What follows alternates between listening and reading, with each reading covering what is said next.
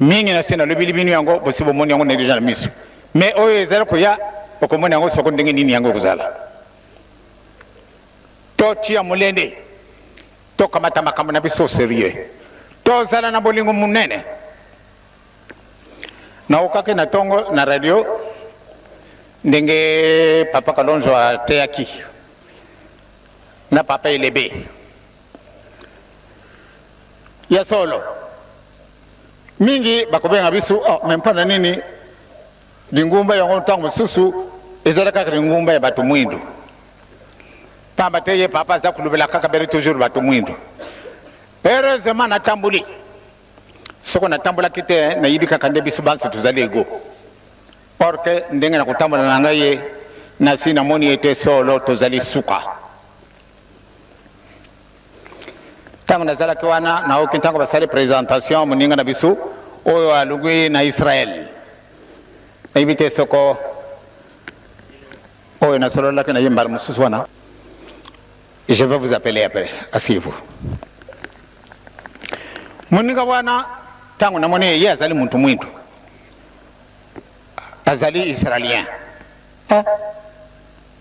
dikamunino oyo na 66 25 décembre ntango tufungula kinda kwa Nzambe ya Matete mukonje na mboka na bisu yaki oyo Mbuta Masamba Deba atinda ki ministre de l'Intérieur na ye pointer aussi de sa présence cérémonie wana mais ntango to salaki premier tour patena zinga nda kwanza mena bisu na yeko beta na porte mbale riboso mbale mi bale oyo na leo kana mbale misatu mukonzi na mbuka question apesa ngai encore alobi musala isi nanute ifuna sala tour yembe ala ninga ti takuto ya kufungula nda kwanza mbe me batu bayibela kaya ngontina te ntina nasarela ki wana batu yo batu mwindu baoyo basala kina Ethiopia mukile na bango wana etikale mukata kuyiba sekre wana bango batu mwindu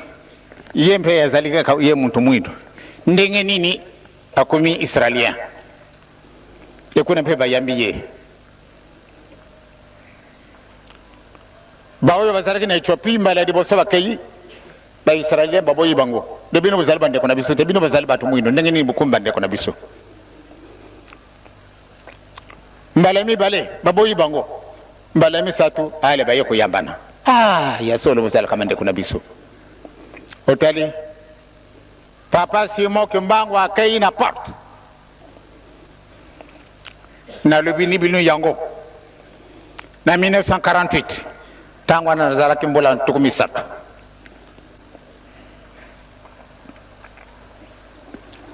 papa Simo Kimbangu yeza yeko zaya lubia ya solo yo moni pempasi mingi banda 1921 odi zalika kana bolo ko kanga meka kakuna bola tukumi bale na libwa oyo zalia wadakati na boloko ano malamu nde oya ku jwa iloko na yo papa lubi te poate esala mandenga wana te bien papa ndimaki tokena bakena porte wana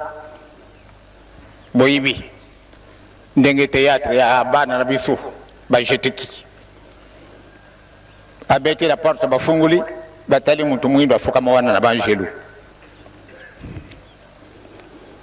bazonguri kinda kwa Nzambe sika wana mukonja zala kana trône bien bajongi bayo kwa porte bayo kujungisa tomoni muntu te yezalubi ndenge nini hawa bino bokobeta ka porte te oya ya kubeta porte hawa bino bolubi bomoni muntu te bodi kamote bavwandi deuxième fois la même chose troisième fois yezalubi ngana ke kamata ye tata pe alubi kasi ngana tikala sika bayo kufunga la porte sika tata Simo Kimbangu na nkolo yezo bayambani alors sika batu yoso bafukami banjelo bafukami balubi même pas nous no bomba makana biso boye alobi likambo na likambo ekuzalaka na ntango nango tata alobi lelo te nakozwa eloko na ngai soko ntango nango oyo tookanaki mbula tuku misatu soko esili nakozwa. Donc yango wana nde le 12 octobre 1951 papa nde akufilaki na ye pamba te ezalaki date elaka asali mbula tuku misatu na kati na boloko ntina mosusu te. Condamné à mort le 3 octobre 1921. Donc bakukaka ku exécuter ye le 4. Sikasikawa le 4 octobre 1951 papa bimina ye na boloko alobi na kokota lisusu te. Kuna ndako wana izali lisusu ndako na ngai te na bimi de bela papa bimaki de bela tina le 12 octobre musoni na mulimu bekabani akai na ye esika wana sikasikawa azali na yo na ngai yawa pamba te solo ekubungwa na lukuta te na mwana ndeko na ngai wana tosito solo laki na tata wana soko ayo kubimisa makambo mazali na ye bino mokobo kukama